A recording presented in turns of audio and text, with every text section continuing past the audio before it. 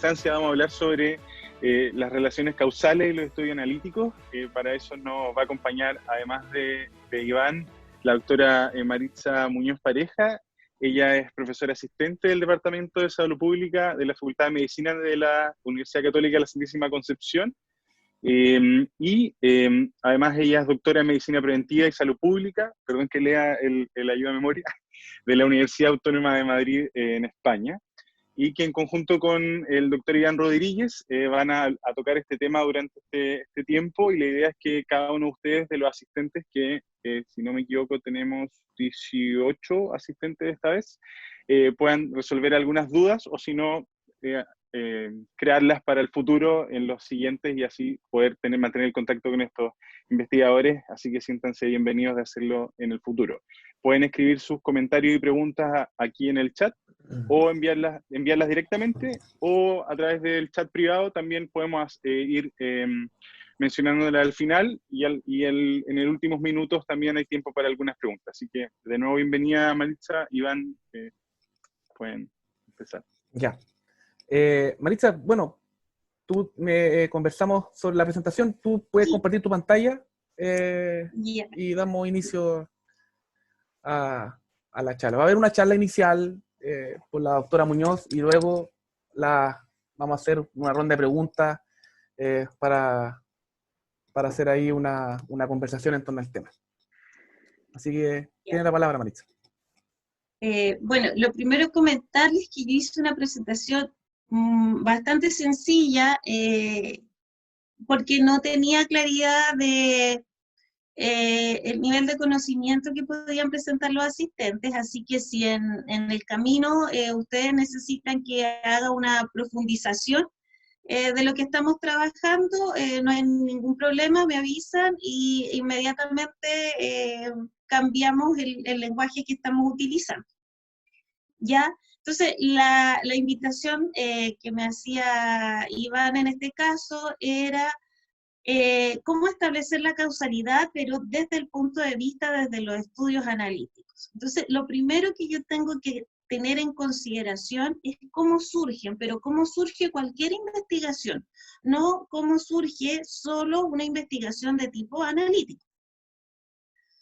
Cuando yo considero en cómo surge la investigación, lo primero que voy a considerar es la presencia de un problema. En este caso, como somos sanitarios, vamos a hablar de la presencia de un problema o un daño a la salud.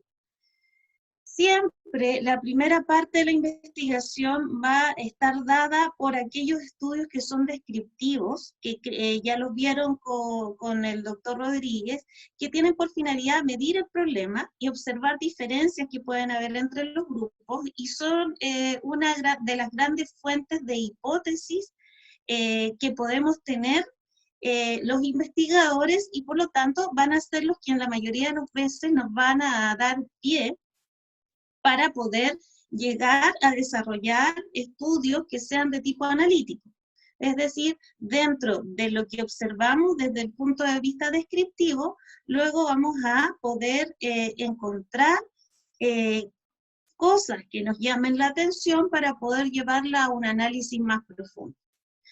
Dentro de esto vamos a encontrar el análisis siguiente de la descripción, que es donde se encuentran los diseños analíticos, que es la evaluación de una posible, y por favor aquí que se note la diferencia de lo que es una posible asociación. No hablo directamente de causalidad. La mayoría de los estudios analíticos buscan posibilidad de asociación entre un factor y un problema. Ya miden asociación probable de un riesgo y la cuantifican. Los que van a evaluar causalidad son diseños que conocemos como experimentales. Ya estos miden asociación, miden riesgo y causalidad. No obstante, hay un diseño analítico que además de permitirnos evaluar la probabilidad de asociación, tiene la capacidad de determinar causalidad. Solo uno de todos los que vamos a ver ahora.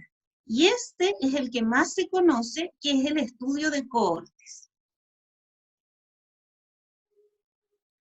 Cuando yo evalúo los estudios, ya sabemos que los voy a evaluar en dos grandes grupos.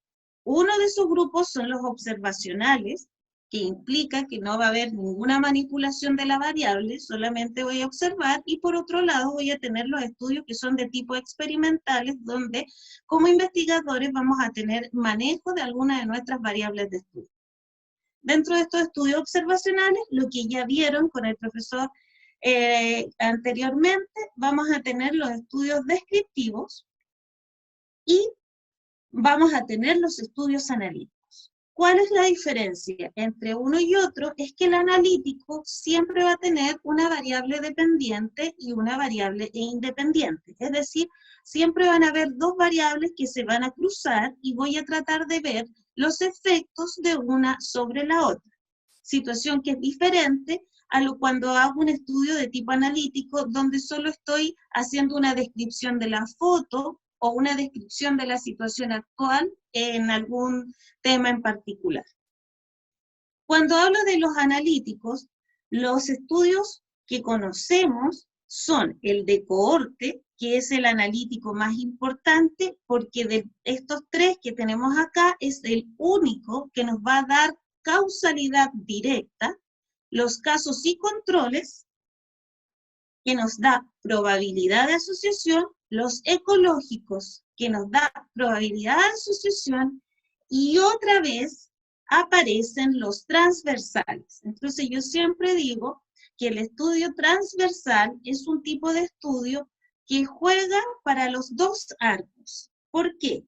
Porque yo lo puedo tener con temporalidad transversal para el estudio descriptivo, o lo puedo tener analítico transversal, es decir, dentro del tiempo transversal, utilizando estadística de tipo inferencial, yo voy a poder trabajar con un estudio que me va a permitir hacer cálculo de una medida de riesgo que se llama odds ratio, y a través de eso voy a poder finalmente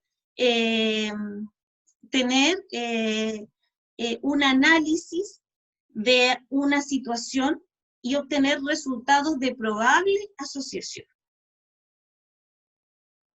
¿Qué es entonces un estudio analítico? El estudio analítico va a ser entonces aquellos que van a analizar los determinantes o las causas de las condiciones relacionadas con la salud, ¿ya? Yo lo que voy a buscar es encontrar qué es lo que me va a hacer determinar un determinado desenlace. Recuerden que nosotros tenemos distintos determinantes en el área de la salud, ¿ya? Determinantes que van desde el punto de vista laboral, determinantes que van desde el punto de vista social, económico, y determinantes que son propios de los individuos, ¿ya? Y lo que yo quiero es identificar aquellos determinantes que tienen algún efecto, ya sea probable o causal directo, en la salud de las personas. Ya, por eso yo hablo de analizar la relación o asociación. Desde el punto de vista estadístico, asociación y relación tiene distintos conceptos. Cuando nosotros vemos esas palabras en el día a día, utilizamos como sinónimo relación y asociación, e incluso se usa como sinónimo relación, asociación y correlación. Desde el punto de vista estadístico, las tres tienen conceptos diferentes. Cuando yo hablo de correlación, voy a hablar de los resultados que me van a dar dos test estadísticos en particular, que uno es el de Spearman y el otro es el de Pearson. Solamente me hablan de una correlación, por lo tanto me van a hablar de una posible dirección que existe entre estas variables, no me da una respuesta en sí.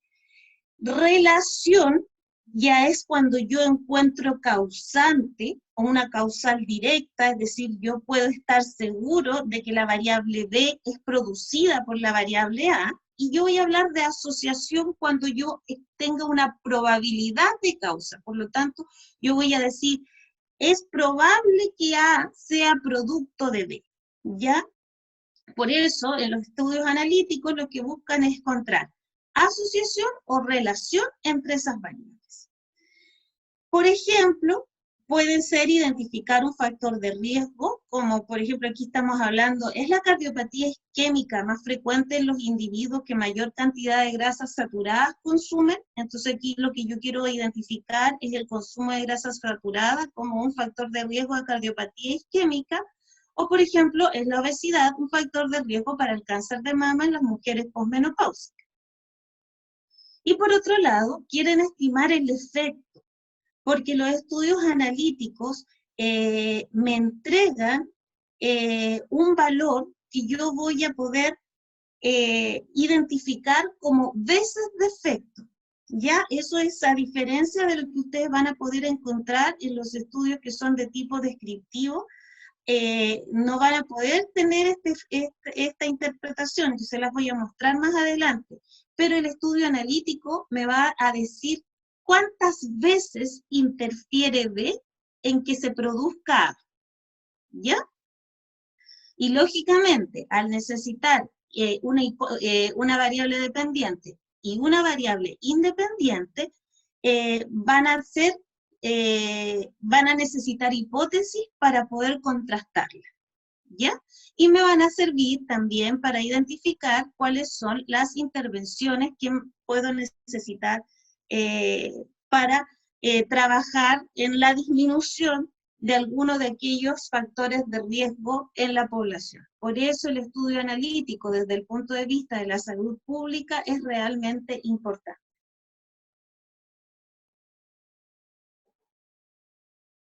Creo que esta rayita que está acá verde salió de ti, Iván.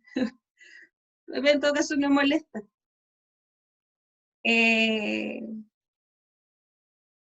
Pero no importa.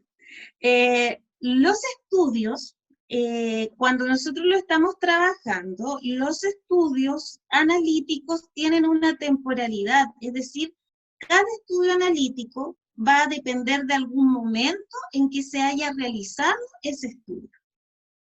¿Ya? Los estudios, ya vimos que teníamos el analítico transversal, eso implica que se hizo en un momento dado, por ejemplo, podríamos hablar del 2020, y vamos a tener los estudios que son longitudinales, es decir, que implican tiempo, y ese tiempo puede ser hacia el pasado, es decir, yo voy a hablar de estudios que sean retrospectivos, como la mayoría de los estudios de casos y controles, y voy a tener estudios que son hacia el futuro, longitudinales, prospectivos, que es el caso del estudio de cohorte. Los estudios de cohorte también los podría realizar de tipo retrospectivo, pero es bastante poco frecuente su uso desde el punto de vista epidemiológico. Cuando lo hablamos desde el punto de vista de la epidemiología, lo que ustedes van a conocer es estudio prospectivo, el estudio de cohortes, estudio retrospectivo, el estudio de caso y control, estudio transversal, el estudio analítico transversal. Entonces, cuando yo hablo del analítico transversal, ya dijimos que estos podrían ser de tipo observacional y son estudios individuales, es decir, se centran en el individuo, no se centran en la población, es individuo. Por ejemplo, un estudio de tipo transversal que ustedes pueden conocer es la Encuesta Nacional de Salud o la Encuesta Nacional de Calidad de Vida. ¿Ya? Esos son estudios de tipo transversales. ¿Qué lo va a convertir en analítico? El tipo de análisis estadístico que yo quisiese realizar con esa base de datos secundaria. Por esto, los estudios transversales pueden ser analíticos o pueden ser descriptivos. No implican seguimiento en el tiempo, sino que es algo que yo voy a realizar en un momento dado. Suelen estar basados en muestras representativas. Eso sí que es muy importante, la presencia de muestras representativas. Cuando una muestra no es representativa, es decir, cuando usted hizo un estudio sin hacer un cálculo muestral para su población o utilizó un cálculo muestreal que es inadecuado, su estudio va a estar sesgado, porque no va a tener la cantidad de población requerida para hacer representatividad. Esto implica que la potencia estadística de sus pruebas va a ser menor. Por otro lado, otro problema de esto es el tipo de muestreo que usted utiliza. Si usted utiliza un tipo de muestreo que es no probabilístico, la representatividad ya no va a poder ser generalizable a toda la población, en este caso, por ejemplo, de Chile, sino que solo va a poder ser representativa del lugar en el que usted realizó el estudio. Ya de todos los estudios analíticos que existen, que son 4, este es el menos potente, ¿ya? Y es el más sencillo de realizar. Los sesgos más frecuentes de los estudios analíticos vienen en unas diapositivas más adelante. ¿Sí?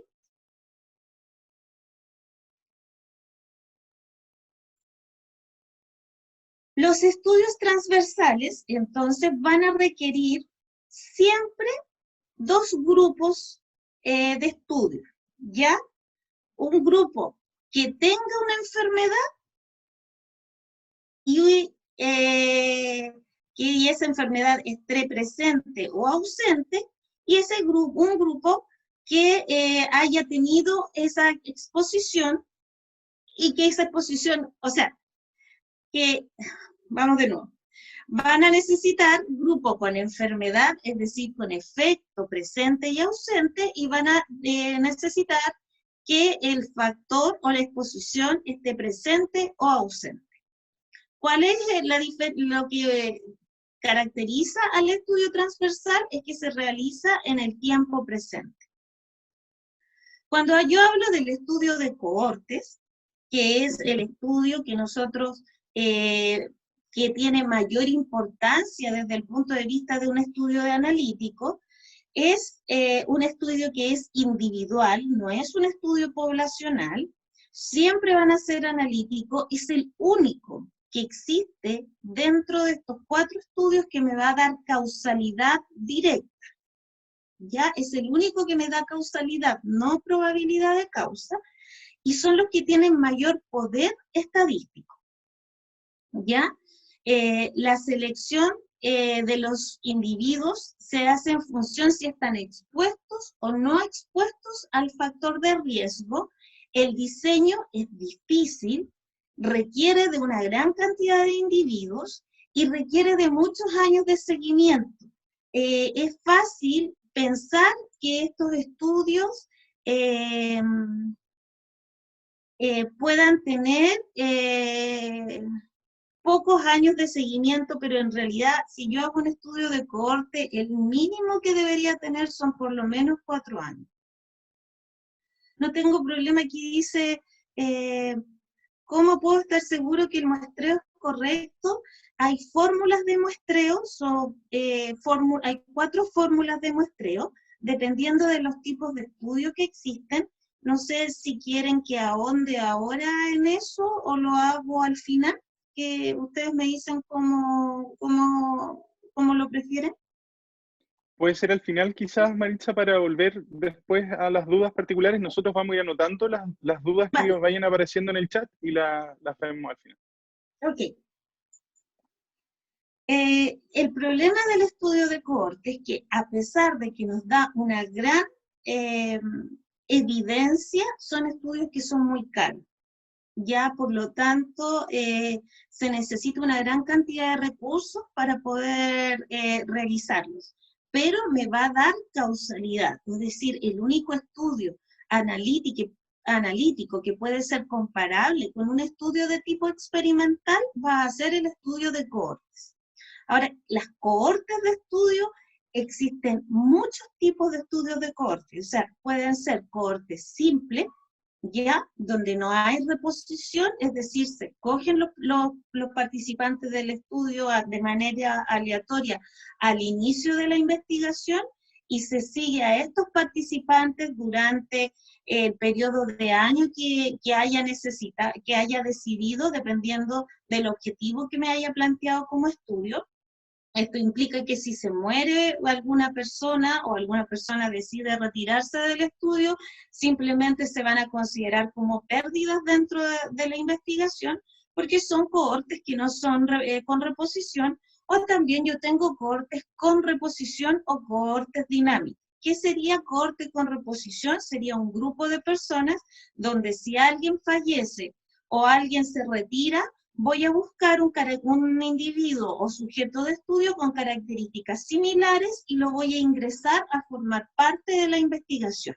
La cohorte dinámica es si en el camino van apareciendo más sujetos que cumplen mis requisitos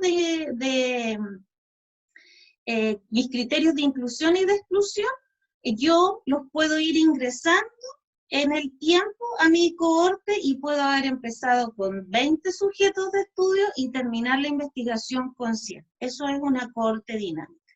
¿Cuál es el más frecuente? Las cohortes simples sin reposición. Eso es lo más frecuente de realizar. Acá yo voy a tener, por un lado, la exposición y lo que voy a buscar es que al futuro se desarrolle una enfermedad. Yo voy a tener un grupo que no va a estar expuesto a un determinado efecto, mientras voy a tener un grupo que sí va a estar expuesto. Y lo que voy a evaluar es que de aquí a la fecha que finalice el seguimiento, ¿cuántos casos de lo que yo estaba estudiando se produjeron? Y a través de la realización de estadística voy a poder determinar si la exposición era o no era un determinante causal para ese tema en particular.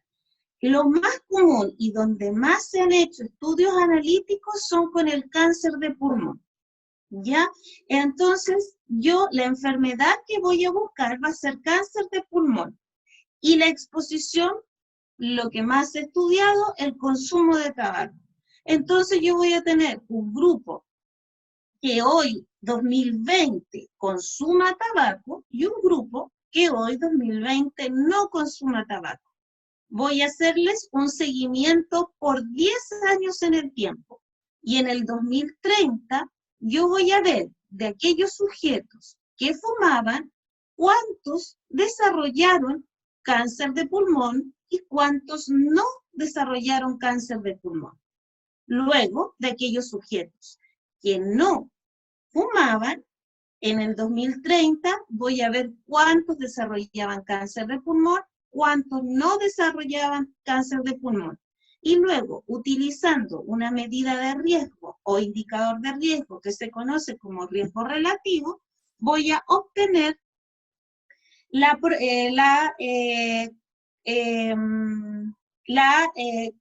medición de la causalidad, ¿ya? Los de casos y controles son los segundos más potentes después de los de cohorte. El cohorte es el único que me va a dar causalidad. Ya dijimos que en el analítico transversal me iba a dar probabilidad de causa. Y finalmente vamos a tener estos estudios de casos y controles que me van a dar también probabilidad de causa. Cuando yo hablo de estos estudios de casos y controles, voy a observar que estos también son observacionales y también son individuales. Por favor, noten que el estudio analítico transversal, el estudio de cohortes y el estudio de casos y control son estudios de tipo individual. Es decir, trabajan persona a persona. Lo otro, también tenemos que tener claro que esto es investigación de campo, ya es investigación aplicada. Por lo tanto, esto significa que voy a ir sujeto a sujeto evaluando. Estos estudios son analíticos siempre, son longitudinales, pero a diferencia del de cohorte, que es frecuente o la mayoría de las veces prospectivo o longitudinal, este siempre es retrospectivo. Son más poderosos que los transversales, pero menos que los de cohorte, para poder establecer estas relaciones de causalidad. La selección de los individuos se hace en función a los casos o no de la enfermedad. Y el diseño es difícil de hacer porque cuesta mucho conseguir los controles. Me explico. En el estudio de tipo cohorte teníamos que comenzábamos con un grupo de personas que estaba expuesta y no expuesta, la seguíamos por una X cantidad de años para después finalmente ver en ambos grupos cuántos desarrollaban o no desarrollaban la enfermedad. En este caso, yo voy a partir de la enfermedad y voy a tener cuántas personas tienen la enfermedad y cuántas personas no tienen la enfermedad. Y a las personas que tienen la enfermedad, yo les voy a preguntar hacia atrás. Por ejemplo, antes hablamos del consumo de tabaco con el desarrollo de cáncer de pulmón. Yo lo que haría aquí es primero tener sujetos que tuviesen cáncer de pulmón y sujetos que no tuviesen cáncer de pulmón. A los que tienen cáncer de pulmón, les voy a preguntar cuántos fumaban y cuántos no fumaban. Y a los que tenían o no tienen, cáncer de pulmón, les voy a preguntar cuántos fumaban y cuántos no fumaban.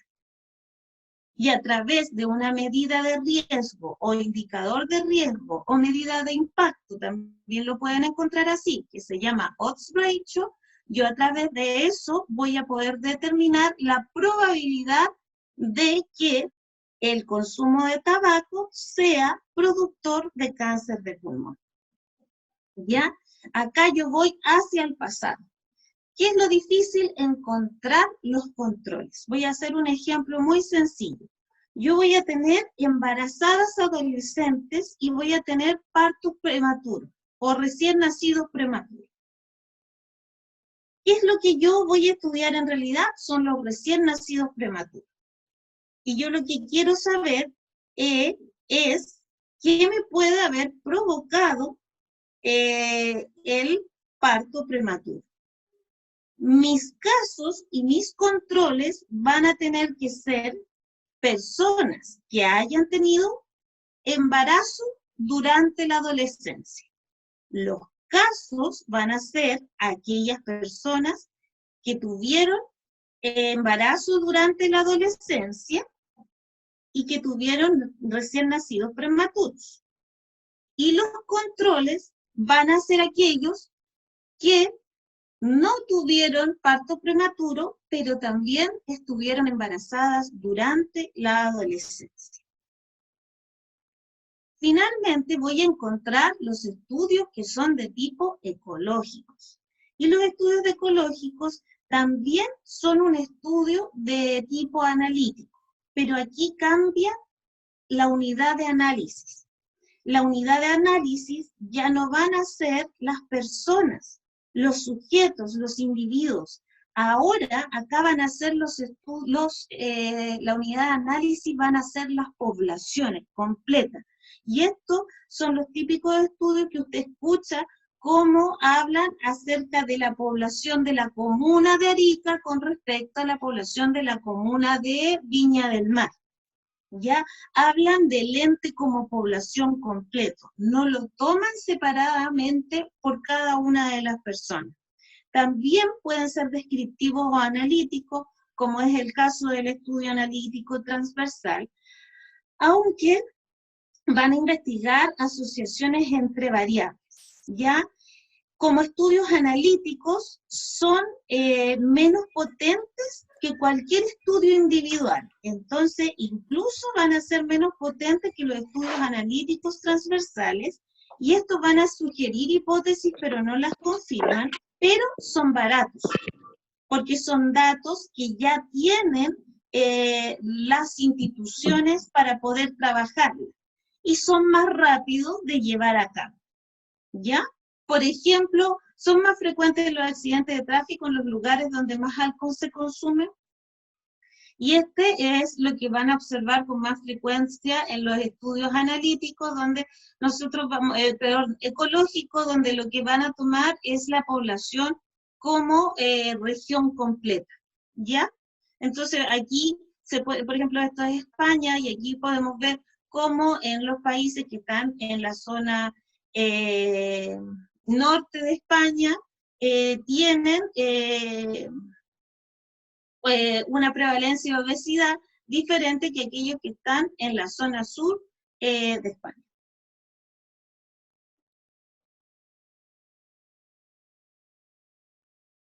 Voy a hablar de lo que es el approach estadístico, es decir, vamos a hablar acerca de cómo se evalúan estadísticamente los estudios que son de tipo analítico.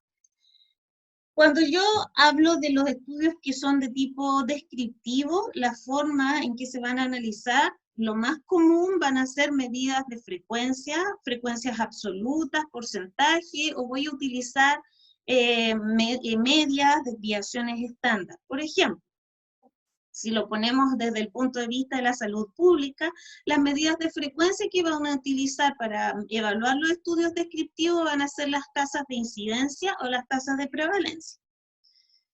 Cuando hablamos de medidas de asociación, desde el punto de vista de la salud pública, vamos a encontrar dos grandes medidas de asociación. Una de esas es el riesgo relativo, que lo voy a utilizar en los estudios de cohorte, y el otro es el odds ratio, ¿ya? ¿Qué lo voy a utilizar? En los estudios de casos y controles, y los voy a utilizar en el estudio analítico transversal, que lo que hacen a la larga es medir la magnitud de la asociación entre la exposición y la enfermedad. La diferencia, que el riesgo relativo me entrega causalidad, mientras el odds ratio me entrega probabilidad de causa. Finalmente, dentro de la salud pública van a encontrar lo que son medidas de impacto potencial. Y aquí vamos a encontrar los riesgos atribuibles, ¿ya? Y dentro de los riesgos atribuibles, que es el exceso de riesgo en un grupo de los expuestos con respecto al grupo de los no expuestos, vamos a encontrar una medida que es bastante interesante, como es el riesgo atribuible proporcional, que es la proporción de casos que yo puedo decir que está dada producto de la exposición. ¿Cuáles yo voy a evaluar en qué caso? Los riesgos relativos los voy a usar siempre en los estudios de cohorte y los odds ratio en los otros estudios analíticos. También las medidas de impacto potencial, como el riesgo atribuible proporcional o el riesgo atribuible poblacional, los voy a poder trabajar en los estudios de tipo cohortes. Cuando yo evalúo un riesgo relativo, un odds ratio, o incluso si quiero evaluar alguno de estos riesgos atribuibles, siempre voy a trabajar con esta tabla que tenemos acá, que es la tabla que es la mejor amiga de los epidemiólogos. Se llama la tabla de contingencia. En la tabla de contingencia yo voy a incluir aquellos sujetos acá. Voy a poner siempre los que padecen una enfermedad en particular, y aquí,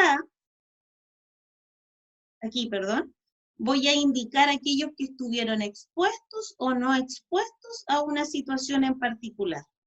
Voy a armar esta tabla de 4×4, que me va a indicar cuántos sujetos, me pierde el mouse, les pido disculpas, cuántos sujetos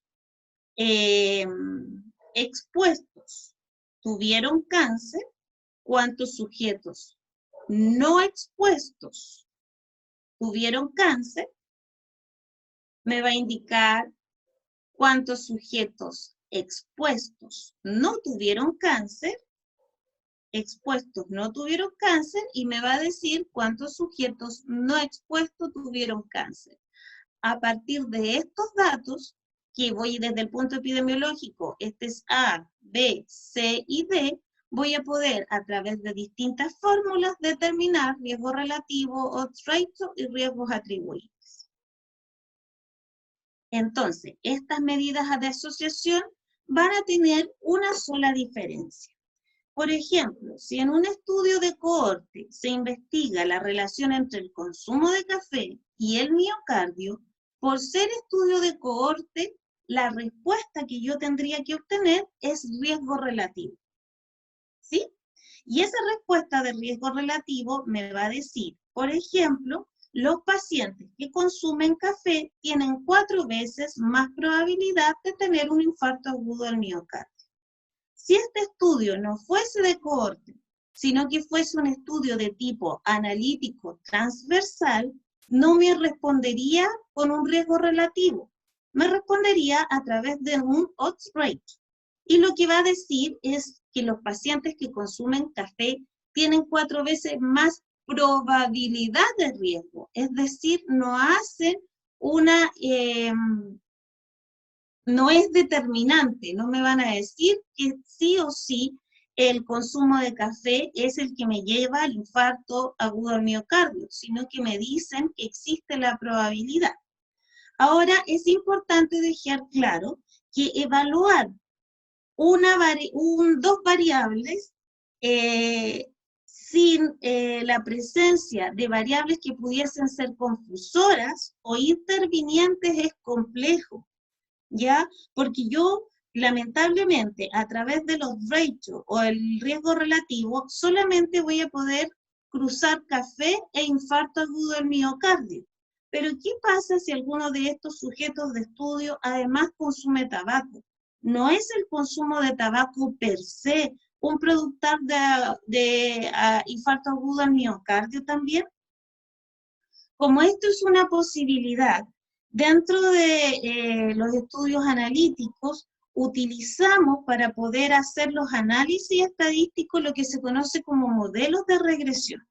Y dentro de estos modelos de regresión, los más frecuentes son los modelos de regresión logística, que me va a dar como respuesta lo que conocemos como ratio, los modelos de regresión lineal, que me va a dar beta de regresión, los modelos de regresión de Poisson, que me van a dar prevalence ratio, y también tenemos, por ejemplo, los modelos de regresión de Cox.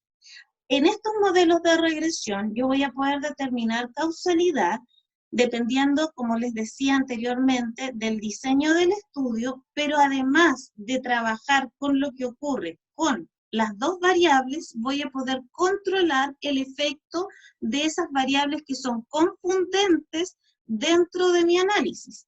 Y por lo tanto, voy a poder tener fuera de la relación que encuentre el efecto del tabaco, pudiendo solo mostrar el efecto del café en el infarto agudo del miocardio. Quedamos entonces que el odds ratio me evalúa probabilidad, mientras que el riesgo relativo me evalúa causalidad. Si yo quiero ver diferencias entre los estudios de cohorte, de caso y control y transversales, pues va a ser la dirección del estudio, ¿ya? El de cohorte parte desde el factor de riesgo, mientras el caso y control y el transversal parten desde la enfermedad. En el caso de cohorte, los casos son todos, porque yo en el camino voy a ir viendo quién desarrolla la enfermedad y no, pero en el caso de los casos de control y transversal los tengo que elegir.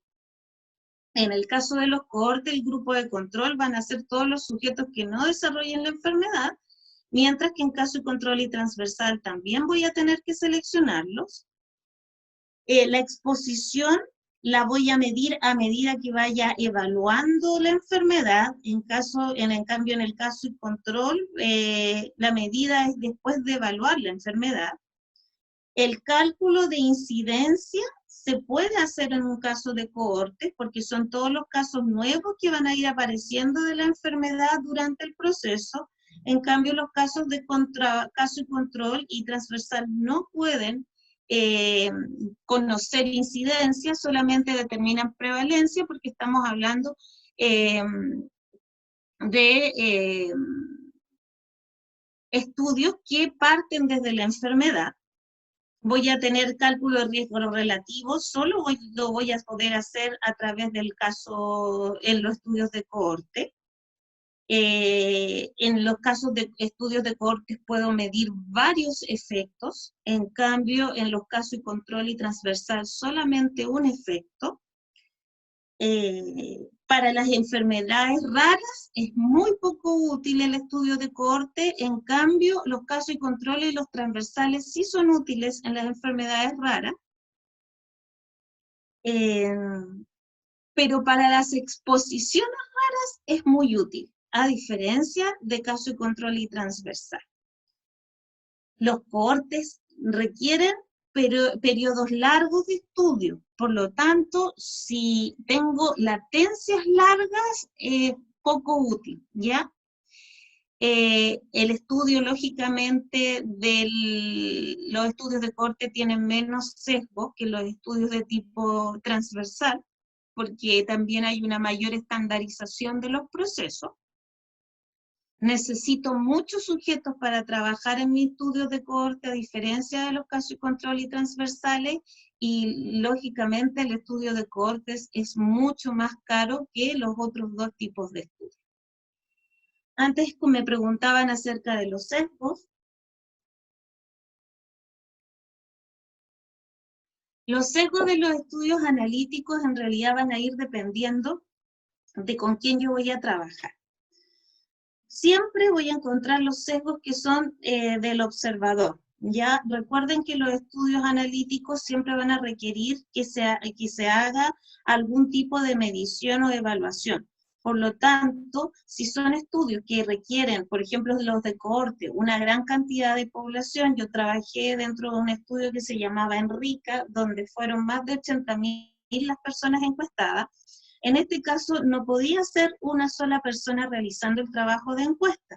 Por lo tanto, toma de muestras, por lo tanto, era una gran cantidad de evaluadores o encuestadores los que tuvieron que ser capacitados para poder tratar de disminuir los sesgos de la variabilidad intraobservador o la variabilidad interobservador.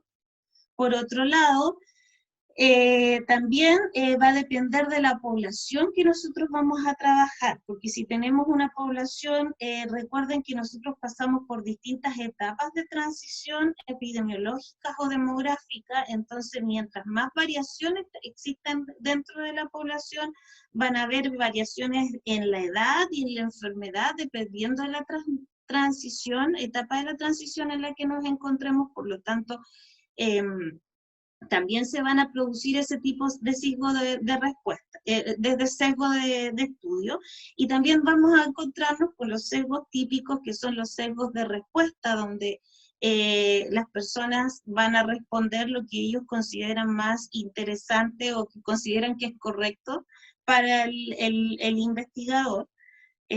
Porque aquí es muy difícil medir o controlar ese sesgo. Si bien yo puedo tratar de controlar el sesgo de interobservador o intraobservador, que lo puedo solucionar capacitando a las personas, dentro de esa capacitación yo puedo enseñarle muchas técnicas para evitar o disminuir la posibilidad de que las personas tengan este sesgo de respuesta, pero existe bastante frecuencia en que estas personas muchas veces van a responder lo que ellos creen que es posible que el encuestador quiere escuchar.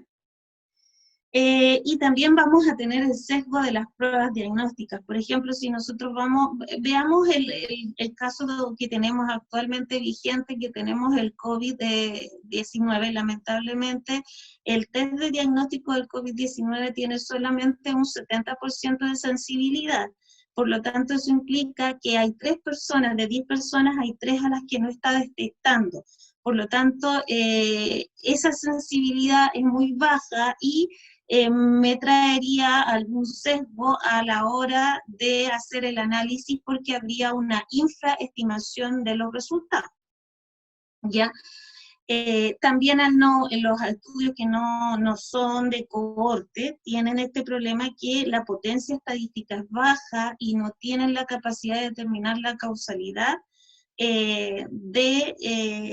de la relación que yo estoy tratando de encontrar.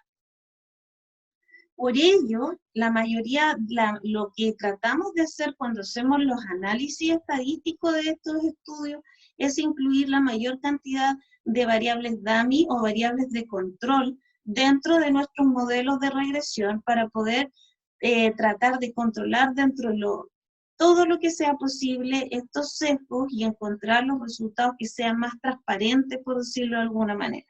Pero dentro de esto también vamos a ver cómo hay un sesgo en el tipo de muestreo, porque una no nos va a permitir generalizar y muchas veces los muestreos que se hacen por conveniencia, que son muestreos no probabilísticos, también me producen un sesgo de la información porque participa voluntariamente la gente y quiénes van a ser los que van a participar, los que tienen más ganas de responder, y generalmente son aquellas personas que tienen mayor interés o mayor conocimiento sobre un tema dado. Por lo tanto, todo esto va a ir generándome un sesgo dentro de estas investigaciones.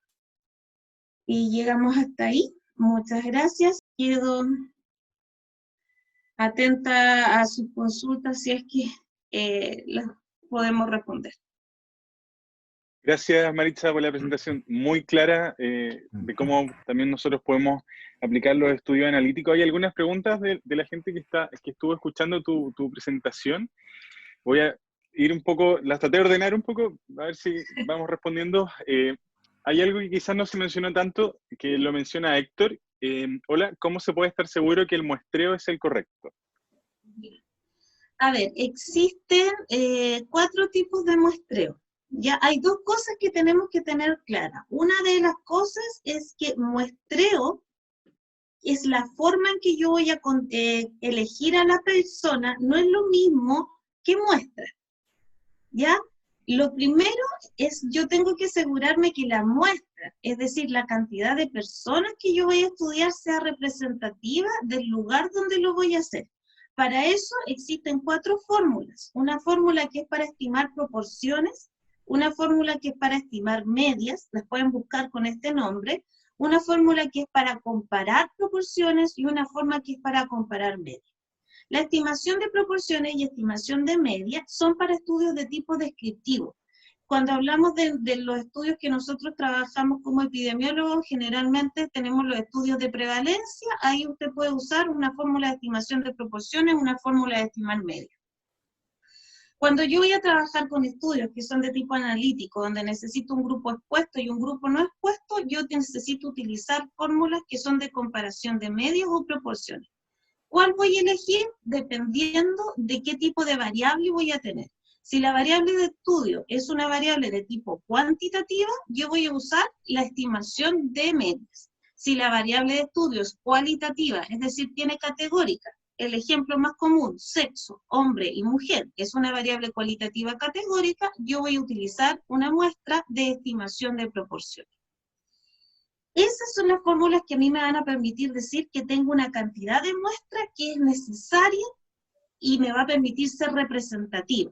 ¿Cuál es la finalidad de calcular esta muestra? Es la potencia a la hora de hacer el análisis estadístico. Me dice qué cantidad de gente yo necesito para que mi estudio tenga la suficiencia de potencia en los resultados que voy a encontrar. Cuando yo hablo del muestreo, es la forma en cómo voy a seleccionar a la gente. La selección de esas personas puede ser probabilística o no probabilística. Cuando yo hablo de probabilística, hablo de azar, es decir, aleatoriamente. El más común y más sencillo, aleatorio simple. Después tenemos aleatorio estratificado. O, por ejemplo, el que se usó en el censo anterior al del 2017, creo que fue, o 2018, el anterior, que fue en el gobierno de Sebastián Piñera, eso tuvo un clustering o un muestreo por conglomerado. Ese es el más representativo que puede existir, es el que se realiza en todos los estudios que se habla de grandes poblaciones. Por ejemplo, hay un estudio que es muy conocido en Estados Unidos que se llama NHANES, que es una cohorte que lleva muchos años, se llama NHANES, o hay gente que también le dice NANES, ¿Ya? Este estudio es muy conocido y son estudios que se hacen con muestreo por conglomerado. ¿Qué implica esto? Que me va a dar una representación de cada lugar, una representación de cada edad, de cada sexo, ¿ya? Pero por el otro lado vamos a tener el no probabilístico, que es el típico muestreo por voluntariado. Este que usted ve cuando ponen los cartelitos, y le piden que, por favor, si usted quiere participar o por conveniencia. Por ejemplo, yo voy eligiendo a las personas que yo quiero que participen en mi estudio. Estos son los más comunes, ¿ah? Hay muchos otros tipos de muestreo. ¿Qué es lo que pasa? Que cuando mi muestreo, mi forma de muestrear no es probabilística, es decir, no tiene azar, los resultados que yo tengo no los puedo extrapolar a toda la población. ¿Qué quiere decir esto? Si yo hago un estudio en universitarios de Concepción, ¿ya? Y para eso elijo una universidad para muestrear, pero mi muestreo es por conveniencia, es decir, no probabilístico, yo cuando tenga mis resultados, solo voy a poder decir que eso es extrapolable a los estudiantes de esa universidad, ¿ya? De la donde muestré. Pero si yo hago un muestreo que diga que es aleatorio, es decir, que hay azar, inmediatamente los resultados que encontré, por ejemplo en la UDEC o en la UCSC, yo los voy a poder extrapolar a todos los estudiantes universitarios de Chile. Y lo único que hizo eso fue el tipo como muestreé, porque ese tipo de muestreo me mejora la potencia estadística de las pruebas que yo voy a aplicar más adelante. Gracias, Maritza. Sobre los estudios de cohorte, primero Iván mencionaba qué tan riguroso debería ser el seguimiento del individuo en un estudio, y si existen algunos parámetros. Héctor complementa un poco la pregunta de la frecuencia del seguimiento. Ya. Rigurosos, o sea, todos los procedimientos cuando se hacen estudios analíticos, independiente de cuál sea, sobre todo más en el de cohorte, tienen que ser estandarizados. Eso quiere decir que tiene que haber un protocolo de cómo se va a realizar cada una de esas intervenciones, ¿ya? O de esas mediciones, ¿ya? El ejemplo más típico es el pesar, ¿ya? Si voy a pesar a una persona, tengo que pesar a esa persona con esa misma marca de pesa, y esa pesa tiene que ser calibrada siempre antes que lo vaya a pesar, y la tengo que pesar siempre con la misma cantidad de ropa. Y dentro de lo posible tiene que ir el mismo encuestador a pesarla, ¿ya? Eso es estandarización, tiene que estar absolutamente protocolizado. El tipo de mediciones va a depender de la variable que se va a estudiar, porque hay variables, por ejemplo, si yo evalúo una variable que se llama hemoglobina glicosilada, ¿ya? Tenemos por un lado la glicemia, que si es mayor a 126, yo puedo decir que esa persona tiene diabetes, y por otro lado voy a tener la hemoglobina glicosilada. Existe una diferencia. Uno me dice si tiene diabetes y el otro me dice si hay un control de la diabetes, es decir, yo puedo saber si la persona se estuvo portando mal o no dependiendo del tiempo, porque ustedes saben que si yo tengo que tomarme una glicemia y necesito 10 horas máxima o 12 horas máxima de ayuno, si el día anterior yo como poquito y voy a las 14 horas de ayuno, yo puedo falsear mi resultado de glicemia. Pero si me toman la hemoglobina glicosilada, no va a ser esa situación. Entonces, la hemoglobina glicosilada necesita usted evaluarla cada 6-7 meses. En cambio, la glicemia yo lo podría hacer mensual. Entonces, la periodicidad va a depender del tipo de estudio que yo quiera trabajar. Perfecto. Maritza, son dos preguntas más, tres. En el caso de los casos de controles, uno de los mayores riesgos es elegir mal justamente un grupo control. ¿Qué recomendarías tú o qué criterios hay establecidos para poder tener una mejor elección de este grupo? De los controles, ya. Lo de los controles es realmente difícil. Yo tengo un estudio, hice un estudio de casos y controles y a pesar de que da una muy bonita evidencia comparado con un analítico transversal, es tan complicado elegir los controles que lo primero que tiene que tener claro es que el control tiene que ser lo más parecido posible a su caso. Es decir, tiene que equipararlo en edad, tiene que equipararlo en sexo y tiene que equipararlo en nivel educacional. Esas son las tres principales variables que no puede dejar de considerar, ¿ya? Porque son las tres principales variables que me van a influir mis conductas, mis estilos de vida, mis determinantes de la salud a la larga. Entonces, yo tengo que considerar siempre la equiparación por sexo, edad y nivel educacional. Eso es lo primero. Y lo segundo, lo que se recomienda para evitar ese tipo de problemas es tener más de un control. Es decir, por cada caso, tener dentro de lo posible 3 controles. ¿Ya? Y eso es lo que me va a significar a mí esa potencia que me permite hacer un análisis de mejor calidad. ¿Ya? Pero es realmente difícil encontrar 3 controles similares. O sea, uno con dificultad encuentra uno. Por eso tratar siempre de equipararlo en estas 3 características. Si viven en distintas zonas, buscar que sean personas que vivan en sectores similares. ¿Ya? Y si es posible, tener más de un control. Maritza, ¿y qué opinas, por ejemplo, de esto típico que sale en los libros de biobiología muchas veces cuando se ocupa como control, ya sea al hermano o al marido o a la esposa del sujeto de estudio, ese tipo de estrategia? Controles cercanos, parece. Controles cercanos, claro. A ver, el hermano puede tener algún sentido, lo mismo podría quizás hablar de la esposa, porque estamos hablando de personas que yo debería pensar o asumir que tienen características similares, pero no van a cumplir el sexo, no van a cumplir la edad, y la verdad, esto es más que nada por la dificultad que existe en hacer el pareamiento. Parear es muy difícil, entonces la gente recurre a este tipo de estrategia, ¿no? Estrategia, pero lamentablemente sesgan los resultados. ¿Y en qué no se dan cuenta? Que no, después ellos estaban seguros que iban a encontrar una asociación y no la encuentran. ¿Y cuál puede ser el motivo de esto? Pues está dado en que no se hizo la selección correcta de los controles.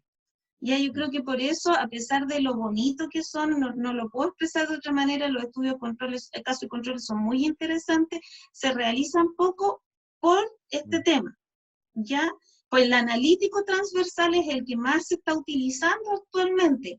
Anteriormente, vamos a hablar 10 años atrás, era más frecuente ver estudios de caso y control que analíticos transversales, pero a partir del boom y la explosión de la regresión logística, donde todo el mundo sabemos usar los paquetes estadísticos, y yo creo que a ti, Iván, te pasa lo mismo, ya, no sé, pues uno usa 4 o 5 paquetes estadísticos porque todos tienen un lenguaje tan similar.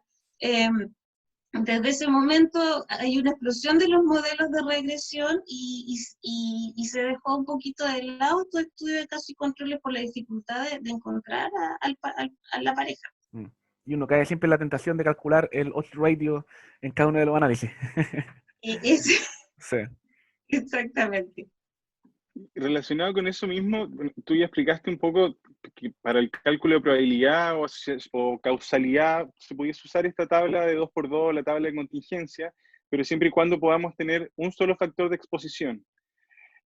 Y el rol de las regresiones, como mencionabas, ahí es donde entra cuando tenemos una serie de variables que pueden estar influyendo en un resultado. No sé si quisieras profundizar un poco en eso. Sí, yo creo que eso puede generarle como una confusión. A ver, yo en mis estudios siempre voy a tener 2 variables, una dependiente, una independiente. Y siempre en mi tabla de contingencia voy a poner mis 2 variables, la dependiente y la independiente. ¿Ya? Generalmente la dependiente es la enfermedad, la pongo arriba en las columnas, y en las filas voy a poner la variable que es independiente, que es la que produce ese efecto en mi variable dependiente. Eso es siempre, ¿ya? Y a través de eso yo voy a poder determinar mis riesgos relativos, mi odds ratio, mi riesgo atribuible, atribuible proporcional y muchas medidas de impacto. Eso es lo primero. Cuando yo hago una regresión, yo voy a incluir muchas variables en ese modelo, van a ser modelos de regresión multivariable.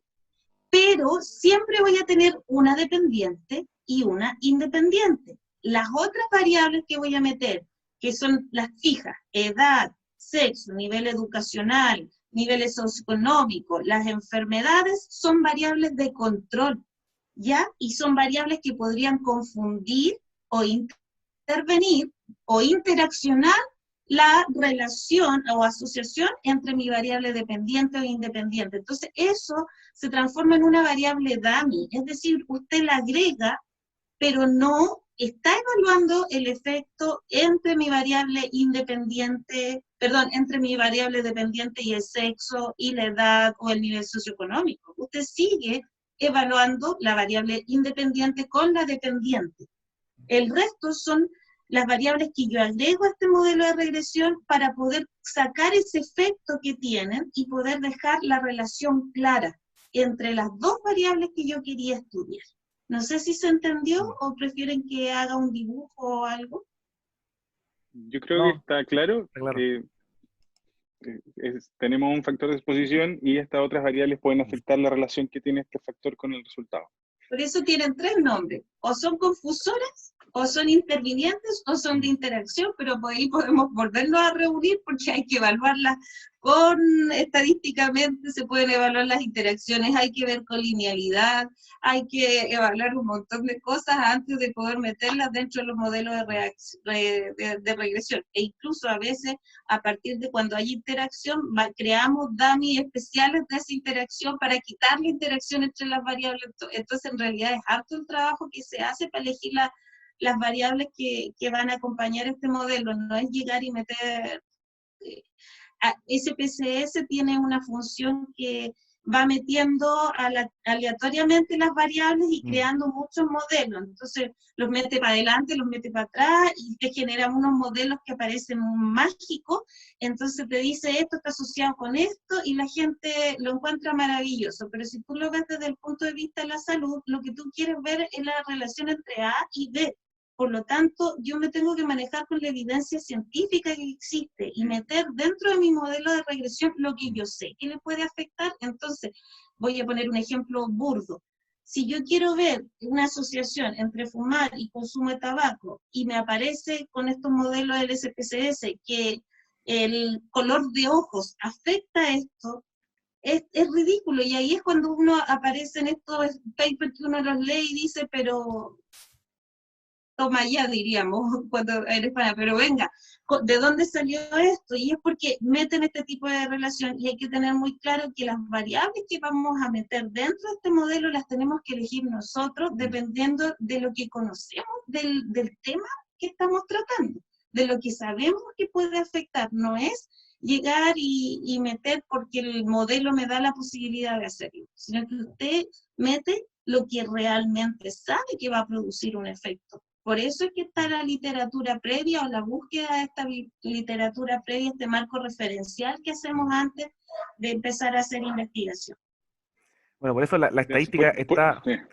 La estadística tiene que estar al servicio del planteamiento del problema y no plantear el problema de acuerdo a la estadística que ocurre. Es que hay dos tipos de investigadores, los pescadores, claro. y los pescadores y los que parten desde el objetivo de la investigación.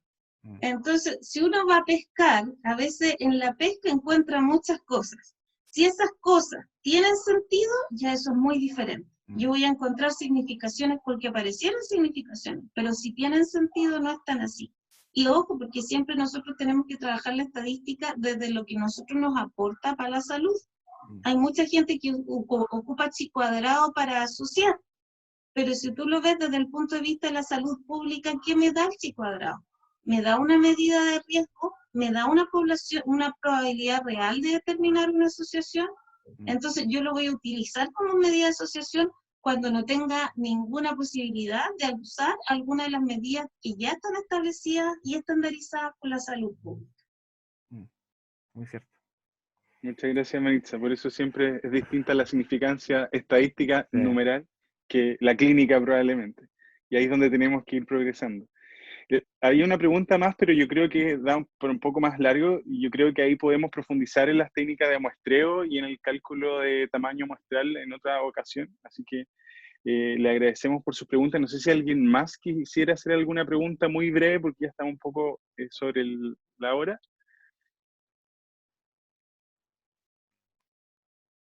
No tengo a nadie pidiendo la palabra. No. Bueno, ya un poco nos pasamos un poquito. Así que gracias de nuevo, Maritza, por la breve y condensada explicación de los diseños analíticos. Creo que son herramientas que nosotros, particularmente como kinesiólogos, no hemos tomado tanto en la investigación nacional, a lo menos, y deberíamos seguir profundizando en eso. No sé si Iván, si quieres cerrar. No, Maritza, sí, igual. Muchas gracias, y yo creo que te vamos a dejar invitada para no solo un par de sesiones más, probablemente en el futuro. Estas actividades las vamos a seguir realizando con certeza, al menos durante este año, quizás de forma menos frecuente, una vez que terminemos este primer ciclo de charlas. Así que te agradecemos la disposición, de verdad, muy claro todo lo que hemos conversado, y la forma en como tú lo explicas, creo que nos queda todo muy claro, y muchas gracias por tu tiempo. Esperamos, como te digo, poder compartir nuevamente en otra instancia. Okay. Muchas gracias, agradezco la invitación. Cada vez que Iván lo requiera, estaremos colaborando dentro de lo que pueda hacer. Los analíticos son lo mío. Sí. Es lo que trabajo, es lo que hago, y la mayoría de mis publicaciones están en esa área. Muchas gracias por la invitación, y les pido disculpas si me alargué un poco en la presentación. No, para nada. Mejor para nosotros escucharte. Así que muchas gracias, Maritza, por tu presentación. Y gracias a los asistentes, que hemos tenido una gran asistencia hoy día. Así que esperamos que puedan seguir viniendo y participando de los demás webinars en investigación. Gracias. Buenas tardes. Chao. Que estén bien. Gracias por venir. Chao.